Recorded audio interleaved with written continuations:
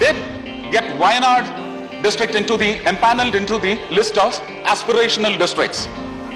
The government in Kerala, 2018 December, വയനാട്ടിൽ ഒളിഞ്ഞുകിടക്കുന്ന അപകടത്തെ നേരത്തെ തന്നെ മനസ്സിലാക്കി വേണ്ടതുപോലെ കൈകാര്യം ചെയ്യാൻ കേരളത്തോട് നേരത്തെ തന്നെ അഭ്യർത്ഥിച്ചതാണ് BJP. ഇപ്പോൾ ഇതാ സംഭവിക്കാൻ പാടില്ലാത്തത് സംഭവിച്ചിരിക്കുന്നു. എന്തെങ്കിലും അത്യാഹിതം സംഭവിച്ചാൽ വയനാടിന് ഒരിക്കലും പഴയ ഹരിതഭംഗി വീണ്ടെടുക്കാൻ കഴിയില്ലെന്ന് അവർ വ്യക്തമായി ലഭിച്ച വിവരത്തിന്റെ അടിസ്ഥാനത്തിൽ അന്ന് BJP പറഞ്ഞിരുന്നു.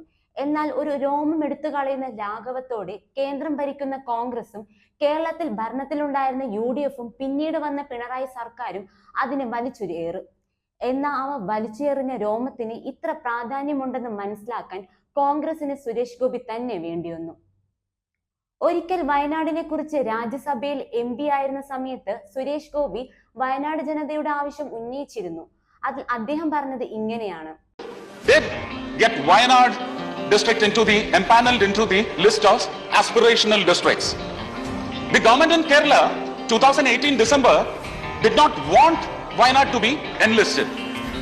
The chief secretary then, I don't want to name him, sir, he said we do not want Wayanad to be in that list. Me, along with our then alliance partner, Shri PC Thomas, we went on an agitative mood, and then the chief secretary was forced to recall his request and put in place a fresh request for getting Wayanad into the list of aspirational districts. My recent visit, just 4 days back, a 3-day visit to the tribal district called Wayanad in Kerala. Sir, I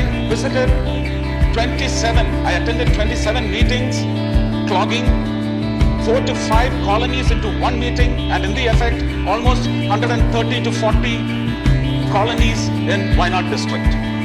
Sir, drinking water, housing, in all these areas. See, I was so astonished, annoyed. July 30-ന് കണ്ണീരണിഞ്ഞ മണ്ണായി വയനാട് മാറിയപ്പോൾ ഏവരും ഒരു നിമിഷം ചിന്തിച്ചതും സുരേഷ് ഗോപിയുടെ 2018-ലെ ആ വാക്കുകൾ തന്നെയായിരുന്നു. കേരളത്തിലെ പ്രധാന ആദിവാസി മേഖലയായ വയനാട്ടിലെ ആദിവാസികളുടെ അവസ്ഥ പരിതാപകരമാണെന്നും അത് എത്രയും പെട്ടെന്ന് കമ്മീഷനെ അവിടേക്ക് അയക്കണമെന്നും വകുപ്പ് മന്ത്രിയോട് അഭ്യർത്ഥിക്കുന്നതായിരുന്നു അത്. വയനാട് പുൽപ്പള്ളിയിലെ കുളത്തൂർ കോളനിയിലെ പ്രശ്നങ്ങളാണ് സുരേഷ് ഗോപി ഉദാഹരണമായി ചൂണ്ടിക്കാട്ടിയത്. കുടിക്കാനുള്ള വെള്ളത്തിന് വേണ്ടി സുരേഷ് ഗോപി അവർക്ക് തന്റെ പോക്കറ്റിൽ നിന്ന് 5 ലക്ഷം രൂപ നൽകി. വയനാട്ടിലെ പുൽപ്പള്ളിയിലെ കുളത്തൂർ കോളനിയിലെ പ്രശ്നങ്ങളാണ് സുരേഷ് ഗോപി ഉദാഹരണമായി ചൂണ്ടിക്കാട്ടിയത്. അതേസമയം 2018-ലെ അഭിലാഷ ജില്ലയുടെ കേന്ദ്ര പരിവർത്തന പരിപാടിയിൽ വയനാട് ജില്ലയിൽ ഉൾപ്പെടുത്താൻ ശ്രമിച്ചപ്പോൾ അന്നത്തെ ചീഫ് സെക്രട്ടറി എതിർത്തതും രാജ്യസഭയിൽ തന്നെ അദ്ദേഹം വെളിപ്പെടുത്തി. ഒപ്പം ഒന്നും കൂടി പറഞ്ഞു, ആദിവാസികൾക്കിടയിൽ പരമ്പരാഗത ആയുർവേദ ചികിത്സ പ്രോത്സാഹിപ്പിക്കുന്നതിനായി പാർലമെന്റിൽ നിയമം ഭേദഗതി ചെയ്തിട്ടുണ്ടെന്നും അദ്ദേഹം ചൂണ്ടിക്കാട്ടി. ഇത്രയും കേട്ട കോൺഗ്രസെ, കഷ്ടം തന്നെ നിങ്ങളുടെ കാര്യം.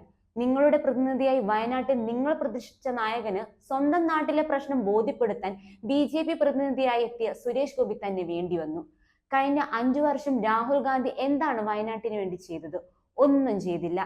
ഇത്തവണ ജയിച്ച ശേഷവും വയനാട്ടിനെ ഉപേക്ഷിക്കുകയും ചെയ്തു. ഇത്രയും കേട്ട കോൺഗ്രസെ, കഷ്ടം തന്നെ നിങ്ങളുടെ കാര്യം.